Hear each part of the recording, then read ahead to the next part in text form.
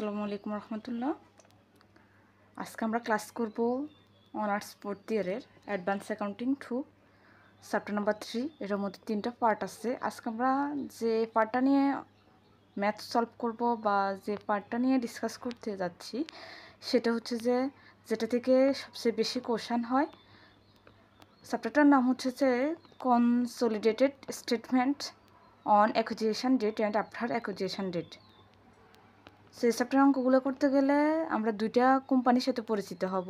কোম্পানিগুলোর নাম হচ্ছে হোল্ডিং কোম্পানি এবং subsidiary company.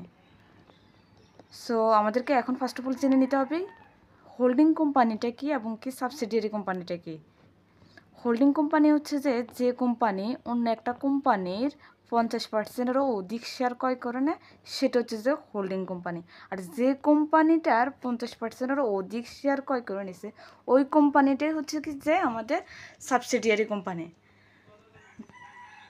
So holding company এবং কি সাবসিডিয়ারি কোম্পানির ম্যাথ সলভ করতে গেলে আমাদের এই অধ্যায়ের যে করণীয়টা হচ্ছে কম্বাইন্ড ব্যালেন্স শিট। সো আমরা ব্যালেন্স শিটটা করতে গেলে আমাদেরকে ফার্স্ট অফ অল 8টা ওয়ার্কিং করতে হয়।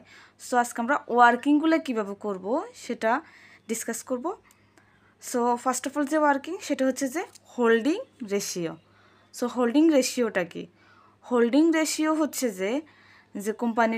হোল্ডিং কোম্পানিটা যে সাবসিডিয়ারি কোম্পানির শেয়ার কিনছে শেয়ারের ক্রয়ের অনুপাতটা।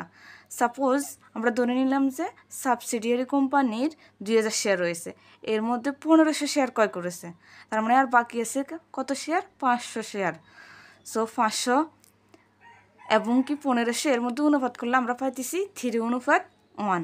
এই অনুপাতটা বের করা আমাদের এই ম্যাথগুলো সলভ করার জন্য ভেরি মোস্ট ইম্পর্টেন্ট। সো আমাদের ফার্স্ট ওয়ার্কিংটা হচ্ছে কি হোল্ডিং রেশিও। আমরা হোল্ডিং রেশিও অনুপাত সম্পর্কে শিখেছি। নেক্সট যে ওয়ার্কিংটা করব সেটা হচ্ছে current year ratio. So current year ratio মানে হচ্ছে যে বছরের আমরা ম্যাথটা সলভ করব, যে বছরের কম্বাইন্ড ব্যালেন্স শিটটা করব ওই ইয়ারের সাবসিডিয়ারি কোম্পানির প্রফিট। সো এই কারণে আমি লিখে দিছি সাবসিডিয়ারি কোম্পানির প্রফিটটাই হচ্ছে কি কারেন্ট ইয়ার প্রফিট। আর রেভিনিউ প্রফিটটা হচ্ছে কি?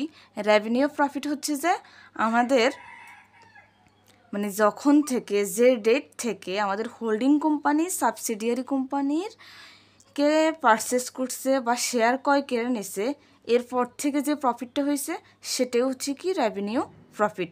অর্থাৎ এস কোম্পানিকে ক্রয় করার পরবর্তী প্রফিটটাই হচ্ছে কি আমাদের রেভিনিউ প্রফিট। এরপরে আমরা যে ওয়ার্কিংটা করব 4th নাম্বার ওয়ার্কিং, সেটা হচ্ছে কি ক্যাপিটাল প্রফিট। ক্যাপিটাল প্রফিটে আসবে কি profit and loss account subsidiary কোম্পানির এবং কি জেনারেল রিজার্ভ, এই দুটো আমরা যোগ করে নেব। এভাবে আমরা ক্যাপিটাল প্রফিট বের করব। সো আজকে পর্যন্ত 4টা ওয়ার্কিং নিয়ে আমরা আলোচনা করলাম। ইনশাল্লাহ নেক্সট পার্টে আমরা পরবর্তী 4টা ওয়ার্কিং নিয়ে ডিসকাস করব। So waiting for next class. Till then, Allah Hafiz. Assalamu alaikum warahmatullah.